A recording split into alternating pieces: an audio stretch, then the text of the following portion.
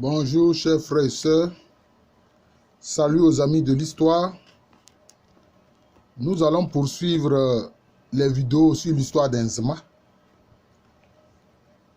Nous avions vu dans la 5e partie consacrée à l'histoire d'Inzima que après l'arrestation du dernier roi de la dynastie d'Envavile, appelé Kakwaka,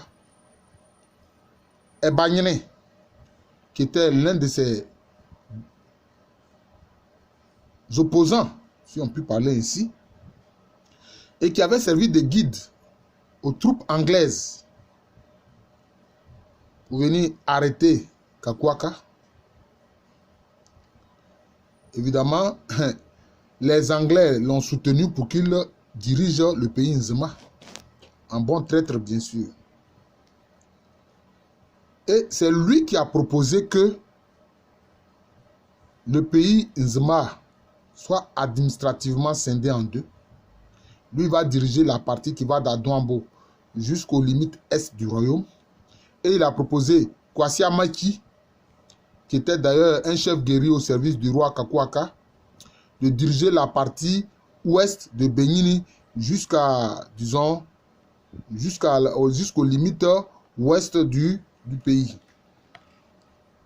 Mais quand Ebanyene, qui donc a administré la partie est du royaume Nzima de 1848 à 1856, décède, et que son neveu Avo lui succède, Avo veut réunifier le royaume Nzima sous sa direction.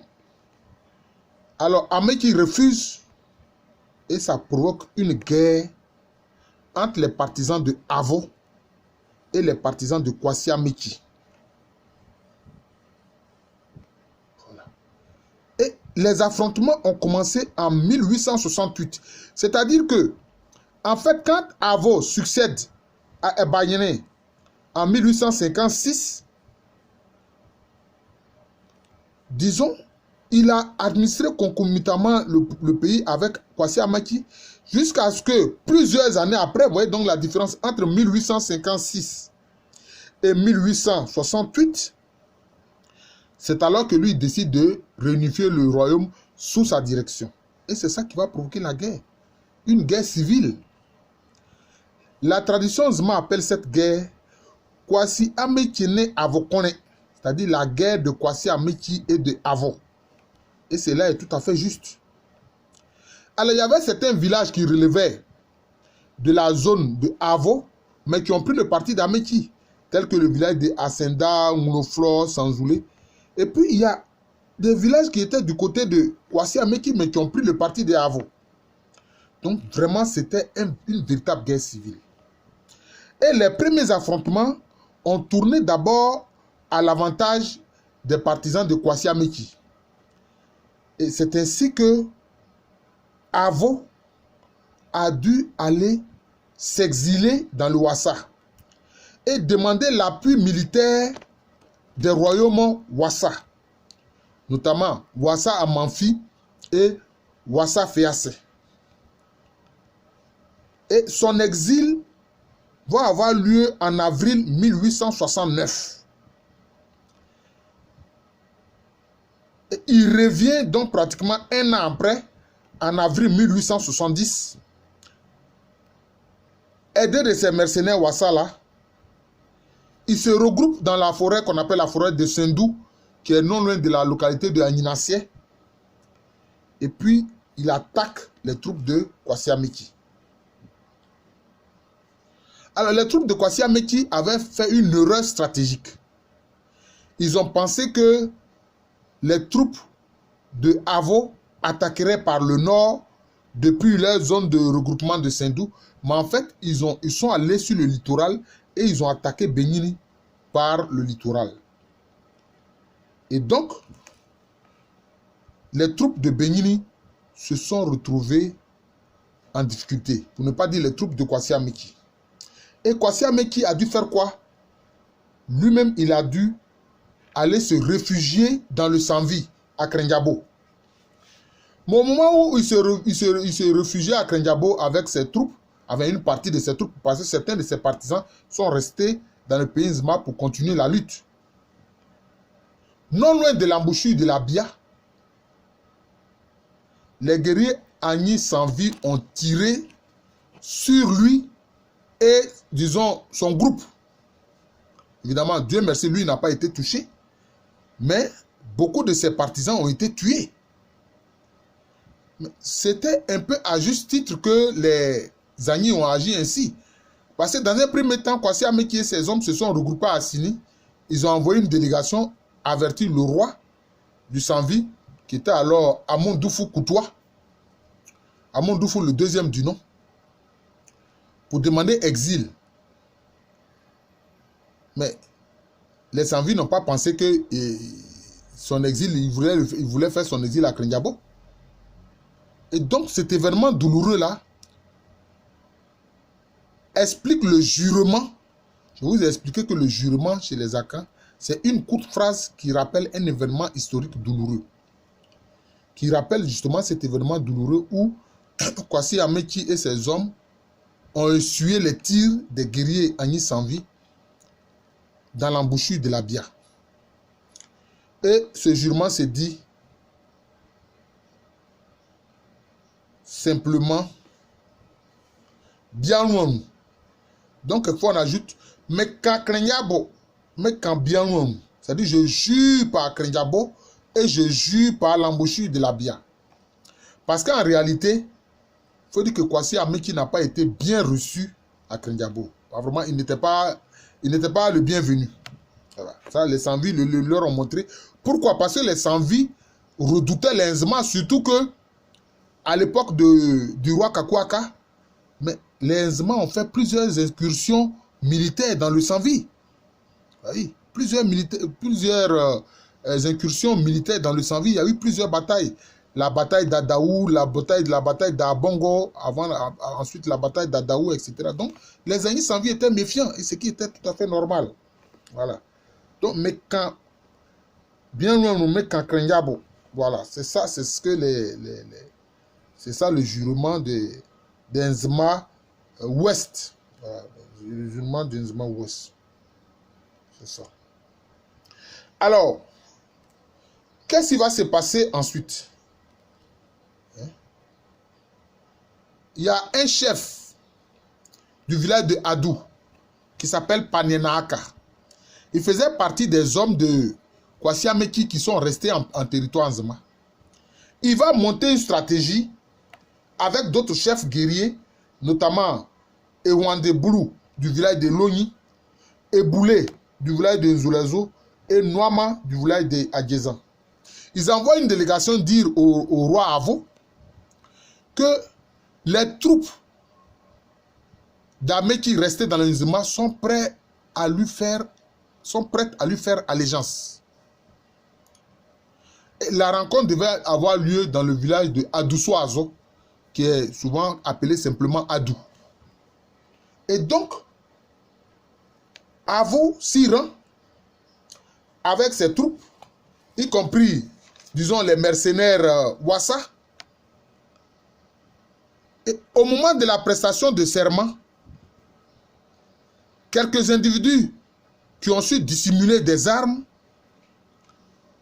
ont tiré sur le roi Avo. Des hommes de Panenaka qui ont tiré sur le roi Avo. Cet événement s'est passé en mai 1870. Mai 1870. Donc, Avo a été tué à Adou. Et cela a provoqué la peur panique au sein de ces guerriers. Voilà. Et certains ont fui, ils ont quitté le village d'Adou. En temps, Kwasi Ameki qui était à Krendiabo, qu'est-ce qu'il fait? Il envoie une délégation auprès du roi des Ashanti. Cette délégation était conduite par un personnage appelé Nyamke Befienza. Et il va rencontrer le roi des Ashanti. En ce moment, le roi des Ashanti s'appelait Kofi Karikare. Pour conclure une alliance et demander l'aide militaire, le soutien militaire de l'Ashanti. Et effectivement, c'est ce qui s'est passé. Donc cette alliance fait que il y a une alliance à plaisanterie entre les Nzema et puis les Ashanti. Hein. Voilà, ça vient de là. Et que fait le roi Kofi Karikare? Effectivement, puisque Kwasi Ameki a demandé du secours militaire, donc en fait, ce sont des mercenaires, les Ashanti, les guerriers Ashanti qui arrivent, ils arrivent en tant que mercenaires. Voilà, il n'y a pas d'autre expression, c'est ça, ils sont des mercenaires. Et parmi ces guerriers Ashanti mercenaires-là, il y avait 3000 Sahis. Il y avait 3000 auxiliaires Sahis. Et Kofi Karikare envoie une délégation auprès du roi du Sanvi, Amundufu Koutoua, pour lui dire: je veux que tu arrêtes de persécuter Kwasi Ameki et ces hommes qui sont en exil à Krediabo. Je veux que tu les traites bien. D'ailleurs, c'est cette délégation-là et les paroles de cette délégation qui expliquent, disons, un dicton qui existe dans l'Agni Sanvi, où les Agni Sanvi disent que le roi Amundufu Koutoua a montré au roi des Ashanti que lui, il est indépendant et qu'il est libre d'agir comme il entend. Et ce dicton dit: cela veut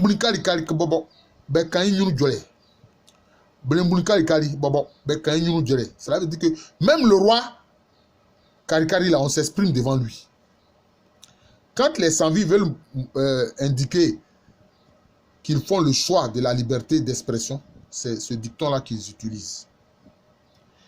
Et donc, le roi a voulu tuer en 1870, eh bien, Panenaka va organiser le retour de Kwasi Ameki en pays Nzema.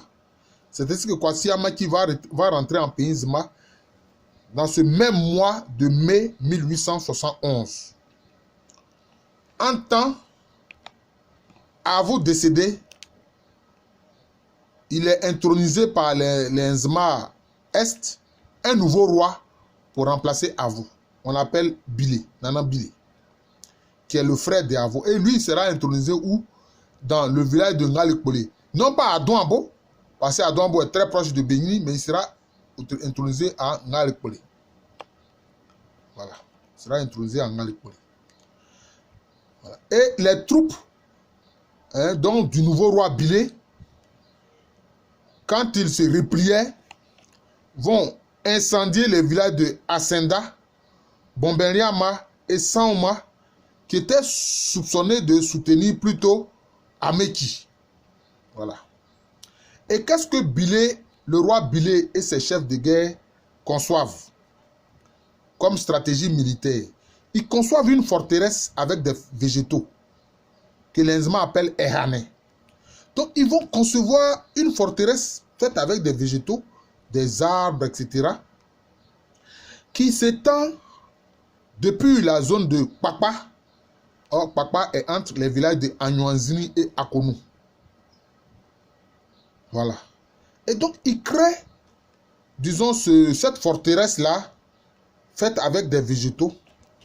Et puis, cette forteresse va englober 3 villages. Ce sont les villages de Anyuanzini à l'ouest, Ambenou au centre et Azulenouanou à l'est. C'est à Azulenouanou que se trouve l'embouchure du grand fleuve Amanzouli. Voilà.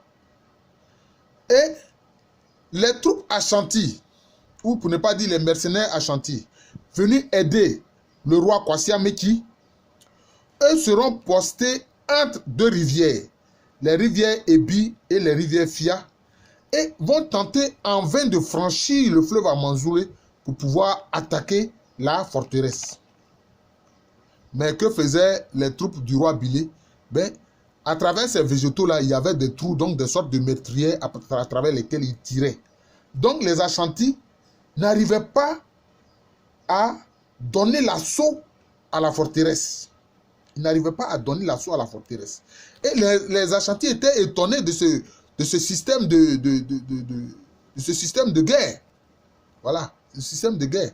Et c'est ce qui a fait que les Ashanti, ayant constaté la bravoure des guerriers Nzema, vont aussi appeler les Nzema Nzema Kotoko. C'est-à-dire Nzema Porc-Épic. Or, le nom Kotoko, c'est en général le nom des Ashanti, c'est la devise des Ashanti, Ashanti Kotoko. Oukou Mapem Mapem Beba. Ashanti Porc-Épic, si vous en tuez 1000, 1000 à nouveau surgiront. Mais ils ont appelé les Nzema Kotoko parce que les Nzema sont aussi intrépides que les guerriers Ashanti. Voilà, c'était la première fois que les Ashanti étaient confrontés à ce système de défense militaire. Là. Sinon, le surnom de Nzema, c'est Ezwa Nzema, comme je l'ai expliqué dans une vidéo précédente. Et puis donc, les troupes aussi de Kwasi Ameki n'arrivaient pas à donner l'assaut à la forteresse végétale mise en place par le roi Bilé et ses partisans. Alors, cette situation va créer, je peux dire, une véritable guerre de position. Voilà, ça va créer une véritable guerre de position. Voilà, c'est ça. Donc, c'est comme s'ils sont dans une situation de guerre de position. Voilà, une situation de guerre de position. Voilà. Donc, c'est ce qui s'est passé. Les Ashanti même vont tenter une percée dans la zone qu'on appelle Ngokoluba. Ngokoluba.